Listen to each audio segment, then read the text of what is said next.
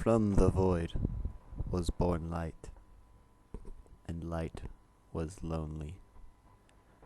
Light then created beautiful colors and intricate waves made of the most exquisite materials, and there life blossomed in every corner, and love was born. But light could only observe love, bound to be the creator, never the creation, and still light was lonely. So light stepped into darkness so that it can be what it is made, to believe the story of color and waves, so that light could be the love it had always dreamed, to live the dream called life. Light then was no longer lonesome. Our own soul, life force, energy, whatever word we wish to describe it with, the pilot to our soul. What is it? Something we see not, we touch not, cannot taste, cannot hear, cannot measure on a piece of paper, nor can observe through a screen. But is it there? Existing at any moment in any given time is being aware or conscious. The soul is the pilot to the craft, the painter to the canvas, or the reason to the action. We do not have a soul. We are the soul. And vessels we inhabit, called the body or the temple. Trying to know your own soul is like trying to look at your own eyes with your eyes. Without of any sort of mirroring, it is impossible to do so. One would have to be outside themselves to look at themselves.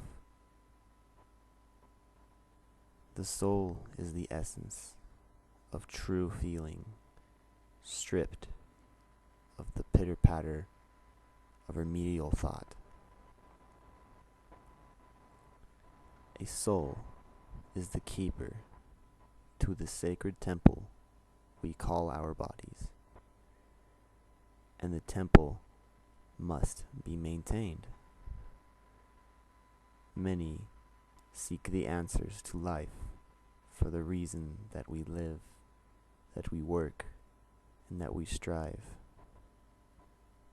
Many call this enlightenment. To strive for enlightenment, first be grounded, for the being experience of true enlightenment is not the very cakewalk. It will drive the weak-hearted and selfish mad. For this life, it cannot be just about myself. The body, the temple, the great craft that we get to have, that we get to grow, that we get to dress as we want, much like you think of a character in a video game that you get to customize, is not very different than our very own body, that our body is like the character. We get to customize, we get to dress, we get to learn and strengthen skill, and take quests like, getting a job, going to the park, meeting with friends, doing charitable work. So this body, this vessel, is our ticket to ride on a roller coaster called life. To make the best of that ride, there's a few things we have to do to make sure this is a smooth one. Yes, it is fun to play video games. It is entertaining to watch television, and none of these things are wrong to do. But there's nothing that they do for the body except for occupy the mind. Very little can actually be gained from these activities besides leisurely enjoyment. Not many of us enjoy exercise. It's hard work. And not many of us even have a perspective of yoga and meditation as something interesting or cool. Many of us just think it's strange.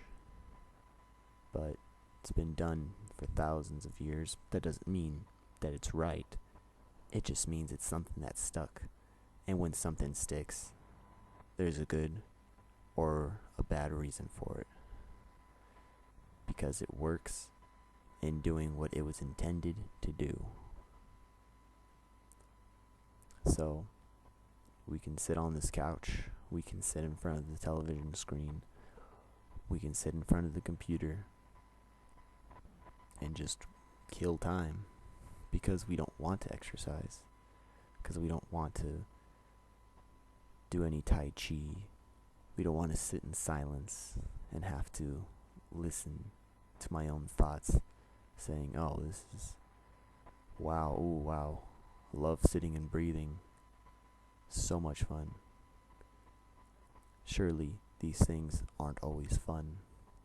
They are discipline, and in the nature of discipline itself is work, willpower.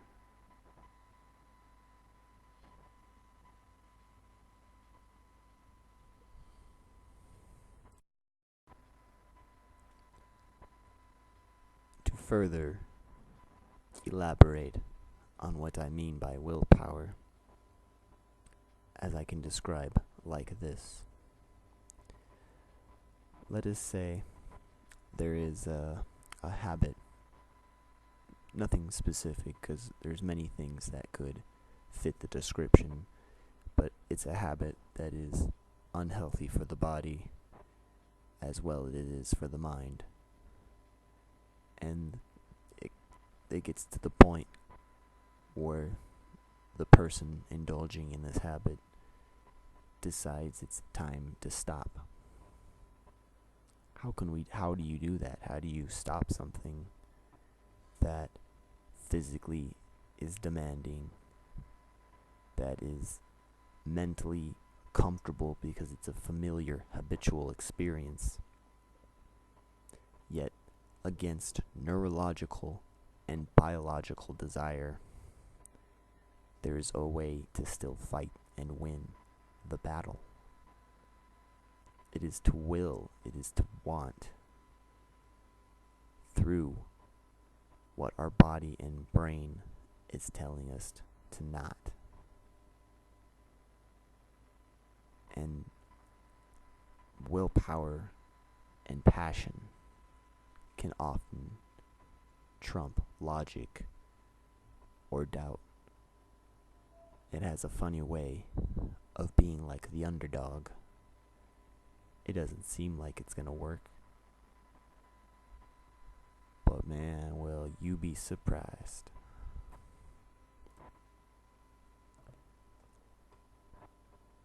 There is something that separates man from machine and even to an extent of nature.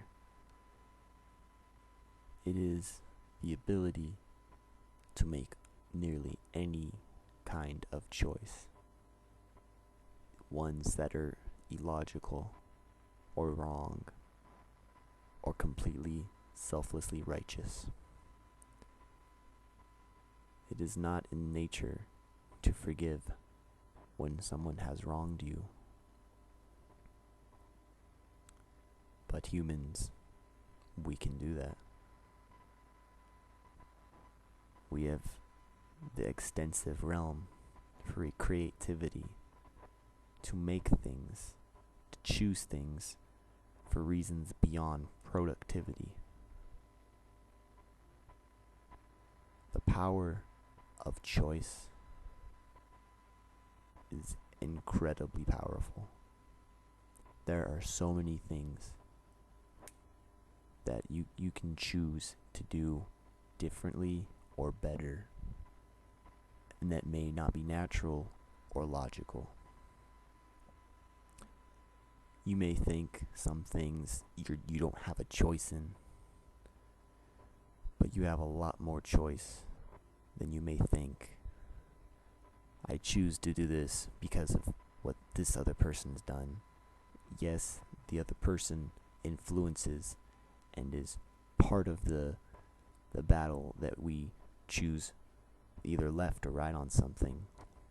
But making that final decision is up to us and not up to the influences or to the other side. Everything we choose to do will affect the people around us. If you blame something or someone else for the choice that you yourself has made, you give away that power. You give away your own power to that other person or thing because you blamed them.